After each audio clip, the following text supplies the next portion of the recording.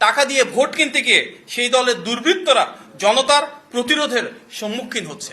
শুধু তাই নয়, দেশের বিভিন্ন জায়গা থেকে প্রচুর বোরখা ও নিকাব বানানোর বিষয়ে আমরা জানতে পেরেছি। বিএনপির অনিবার্য বিজয়ের বিপরীতে একটি গোষ্ঠী নানা প্রতিবন্ধকতা সৃষ্টির অপচেষ্টা করছে। আমরা সকালে গণমাধ্যমে দেখতে পেলাম সৈয়দপুর বিমানবন্দরে ঢাকা থেকে যাওয়ার পর নগদ অর্ধ কোটিরও বেশি টাকা সহ ঠাকুরগাঁও জেলা জামাতের আমিরকে আটক করেছে পুলিশ, যেখানে নির্বাচনে অবৈধ অর্থনৈতিক লেনদেন প্রতিহত করতে সকল ব্যাংক, অর্থনৈতিক প্রতিষ্ঠান, ব্যবসায়িক লেনদেন ও কার্যক্রম বন্ধ রয়েছে। সেখানে স্বাভাবিকভাবেই সর্বত্র প্রশ্ন উঠছে, জামাতের একটি জেলার সর্বোচ্চ নেতা কোন উৎস থেকে এই বিপুল পরিমাণ অর্থ নিয়ে, কি উদ্দেশ্যে, কাদের দেওয়ার জন্য নির্বাচনের ঠিক আগের দিন ঢাকা থেকে ঠাকুরগাঁও যাচ্ছেন। টানা 4 দিন যেখানে দেশের সকল ব্যবসায়িক কার্যক্রম বন্ধ রয়েছে, সেখানে এত বিপুল পরিমাণ অর্থ কোন ব্যবসায়িক প্রয়োজনে ব্যবহৃত হতে পারে সেটি বোঝার জন্য বিশেষজ্ঞ হওয়ার প্রয়োজন নেই।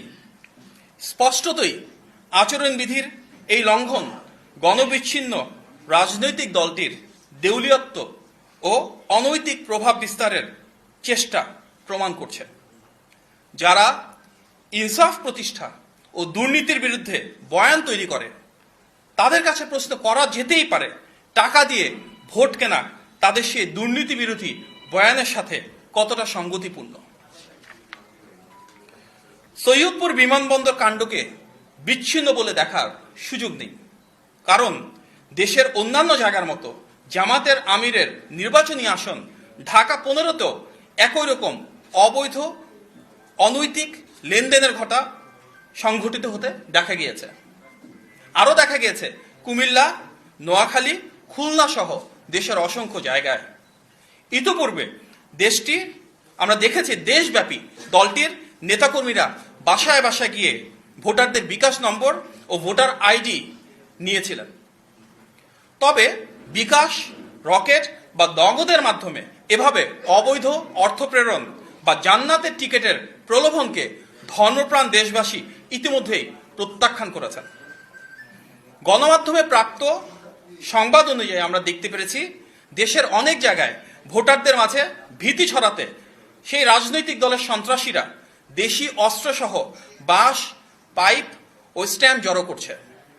বিভিন্ন জেলায় সহিংসতা, অতর্কিত হামলা, অগ্নিসংযোগ, ভোটারদের ভয়ভীতি প্রদর্শন ও অর্থ বিতরণ করছে। এইসব ঘটনার সাথে সম্পৃক্ত ভোটের মাঠে নানা বিশৃঙ্খলা সৃষ্টি সহ অনৈতিক কার্যক্রমের সঙ্গে জড়িত সেই দলের অনেকেই ইতিমধ্যে আইনশৃঙ্খলা বাহিনীর হাতে গ্রেফতার হয়েছে। আমরা উদাহরণস্বরূপ শুধু একটি মর্মান্তিক ঘটনা এখানে উল্লেখ করতে চাই।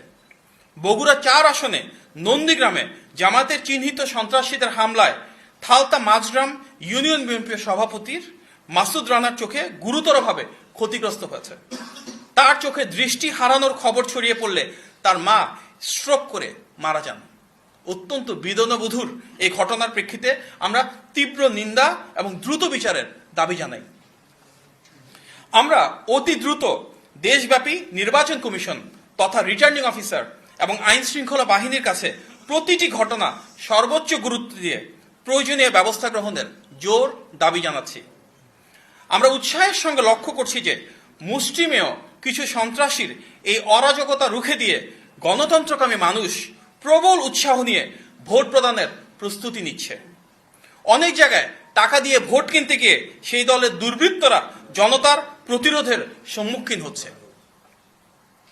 শুধু তাই নয়, দেশের বিভিন্ন জায়গা থেকে প্রচুর বোরখা ও নিকাব বানানোর বিষয়ে আমরা জানতে পেরেছি এবং ইসলামী মূল্যবোধের ধারক দল হিসেবে বিএনপি সবসময় বিশ্বাস করে বাংলাদেশের প্রতিটি নাগরিকের কাছে বোরখা ও নিকাব ধর্মীয় সংস্কৃতির একটি অত্যন্ত গুরুত্বপূর্ণ বিষয়।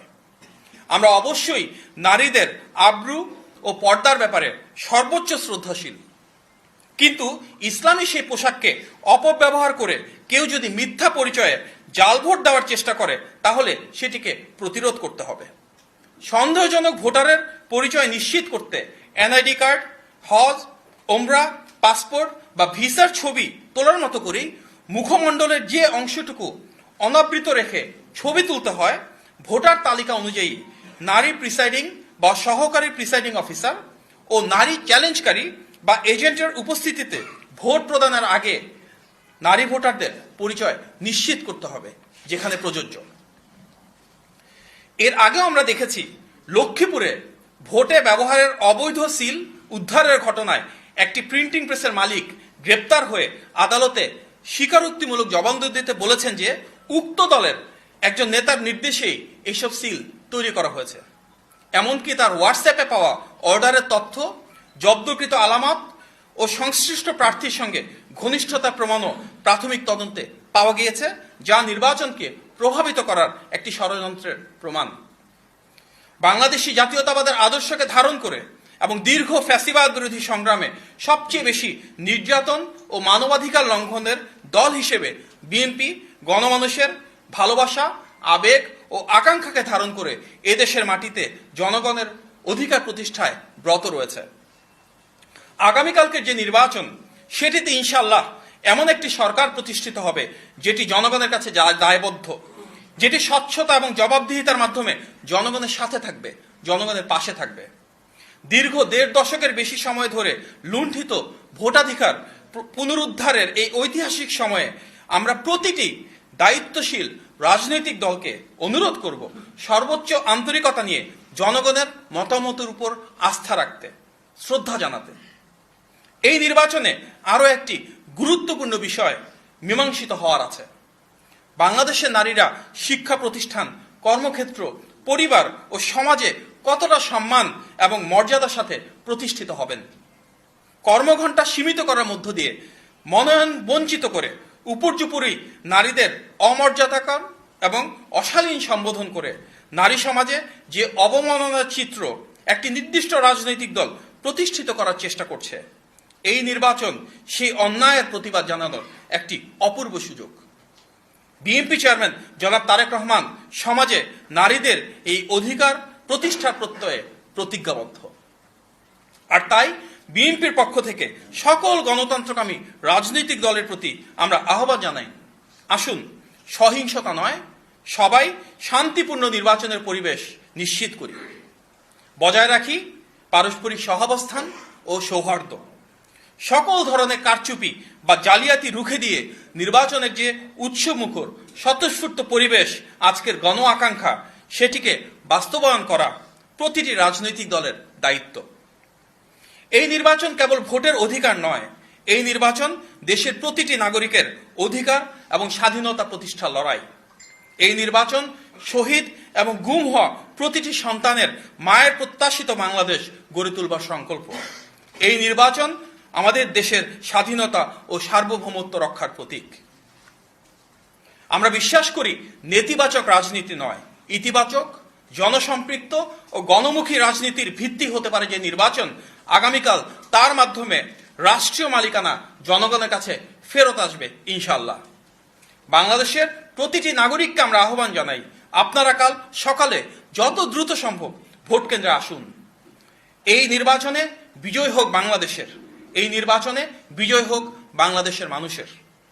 নির্বাচন পরিচালনার সাথে সংশ্লিষ্ট প্রতিটি রাষ্ট্রীয় প্রতিষ্ঠানের সদস্য ও গণতন্ত্রকামী মানুষের প্রতি বিনীত আহ্বান জানাই, আপনারা দেশ ও দেশের মানুষের জন্য গণতন্ত্র ও ভোটাধিকার প্রতিষ্ঠার পক্ষে থাকুন।